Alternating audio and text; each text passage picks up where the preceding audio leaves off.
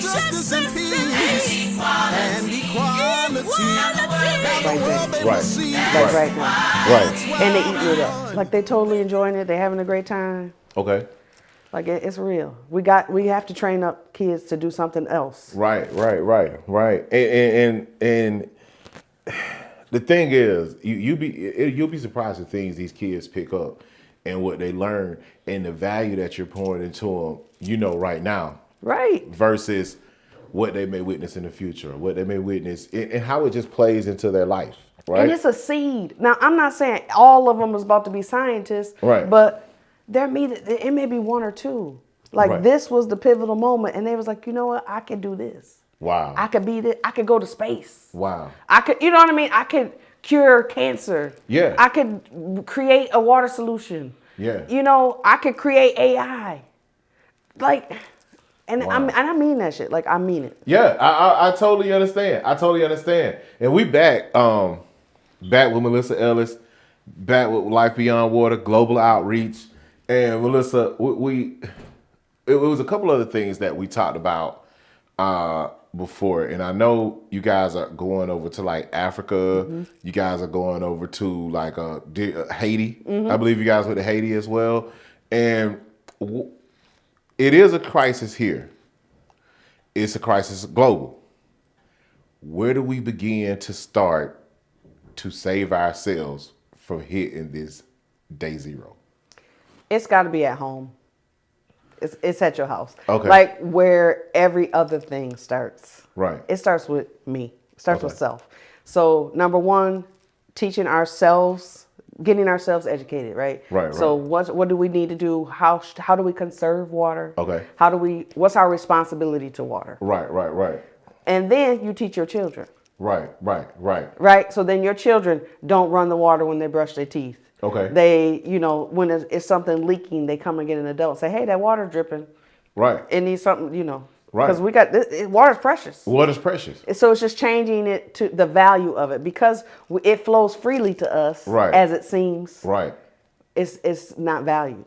Yes. And you take it for granted because, it's water for Christ's sakes. Even with, it's so funny because when we go to restaurants, we be like, I want a Dr. Pepper or I want a Sprite, and we guzzle up the Sprite and we think it's refreshing, but we order water because we look at it like it's free. Right.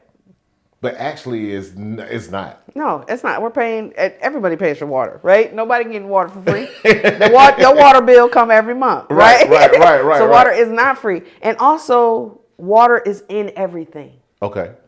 Like this chair that we sitting on, right. It took water to produce it. Wow. Whether it was in the dyeing process or the manufacturing process or washing the fabrics. Wow. The food that you eat takes water to grow it. Wow. When they slaughter the meat and the animal, not only they drink water, they water the plants that they feed the cows. Then when they slaughter the cows, it takes water to process the meat. Water is in everything. I tell the kids also, don't waste food. Wow. Not just because you're wasting food, but you're wasting water too. Wow. All at the same time. Okay. So our responsibility to water is where it starts. It starts at home. Right. Just like you teach your kids manners and yes sir, no sir, thank you ma'am. Right. Teach them to turn the faucet off when they brush their teeth. Teach them to, not run the water when they're washing the dishes. Rinse what you need, make a full load of laundry. Don't just throw stuff in and wash the full load with 4 pieces of shorts in there, like your mama used to say. Yeah. No, it need to be a full load. Like, don't waste food. Right. Ever. Ever don't waste food. Because people are starving and people don't have water. Right. So what do we look like throwing food away, which is food and water? So I tell them, start small, go back for seconds. Yeah. We talking about old school stuff. Old school nothing stuff. new. Yeah. Well, in America, we live high on the hog, what they say. You know what I'm saying? We live high on the hog, and we're very wasteful when it comes to stuff. So when it comes down to that, I think, like you say, education, the value of water, the value of food, the value of all of that, when it comes down to it. Now, going forward, you guys go outside. I know you have a team that actually distributes water to these water crisis areas. what is that process like, and how can people join you in an effort, whether it's driving the water, whether it's donations? Oh, absolutely.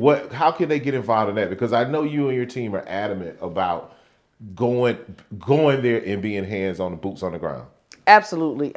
So first of all, anybody that wants to partner with us, Okay. we are open. Number one, logistics providers. Right. So that's companies that 18-wheelers. We move a lot of stuff, Okay. not just water, product, equipment, anything. We move a lot of stuff. Right. So logistics. Anybody that has skills, soft skills, media, Yes. administration. Okay. You can volunteer too. Right. We got emails and newsletters and all types of stuff that needs to go out, right? Right, So we right, need volunteers for all of that. Right. Also, communities, partnerships. Honestly, we do use a lot of churches. Okay. Because as they should be, Right. the church is the hub of the Black community. It is. And I'm going to be honest to you that I'm not saying that we exclude people, because we want clean waters for everybody. Right. But what I do know is in these situations where there's crisis and disaster, we have big organizations that come in, but they don't set up on our side of town. Okay. Yes. So our people are left out. They already were in a predicament. Right. So they have to travel across, or they get the leftovers, or somebody comes and brings it down. Well, so we are very strategic about partnering with local churches in the Black community to help distribute goods in those type of situations. Case in point, when we went down to Griffin, we did set up with the American Red Cross at the Tabernacle of Praise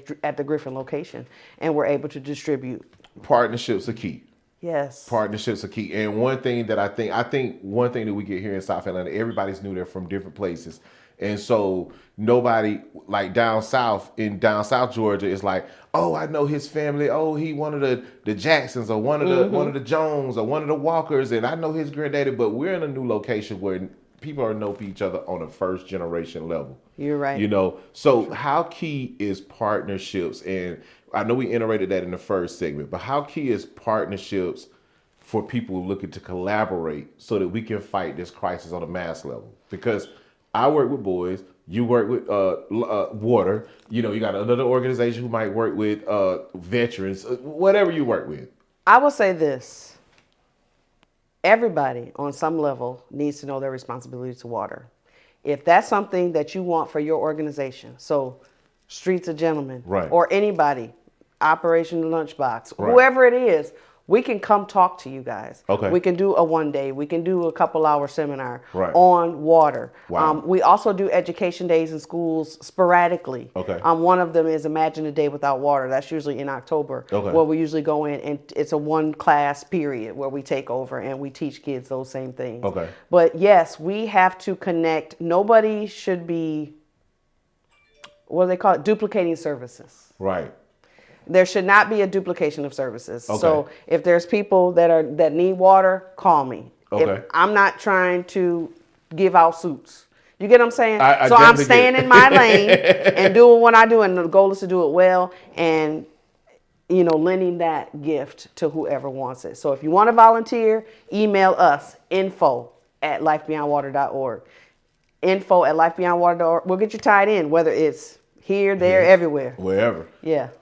Last but not least, I know you guys are still going to Jackson, still going to Flint. The mission never stops.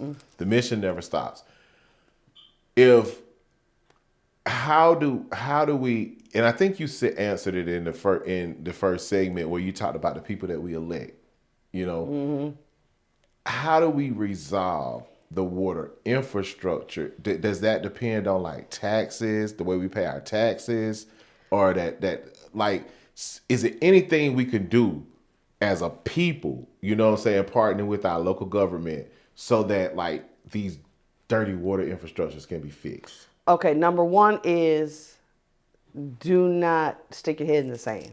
Okay. Like, you need to know what's going on. Okay. You need to go to your city council meetings. You need to know your council people. You need to know your commissioners. You need to know who you put in office. Right, it's right. a very, very basic level, and it's not just water, so it's everything. Right. Know how they spend the money. Yeah. Where's the money? It's always the game is always follow the money, right? Okay. So there's billions of dollars were set aside in the infrastructure bill through Okay. Biden, the green bill that they put down, and for water specifically. Right. I went to the conference Water Week up in D.C. Okay. and with the EPA, and they're looking to local water authorities and municipalities to give them the information to where to distribute the money. Okay.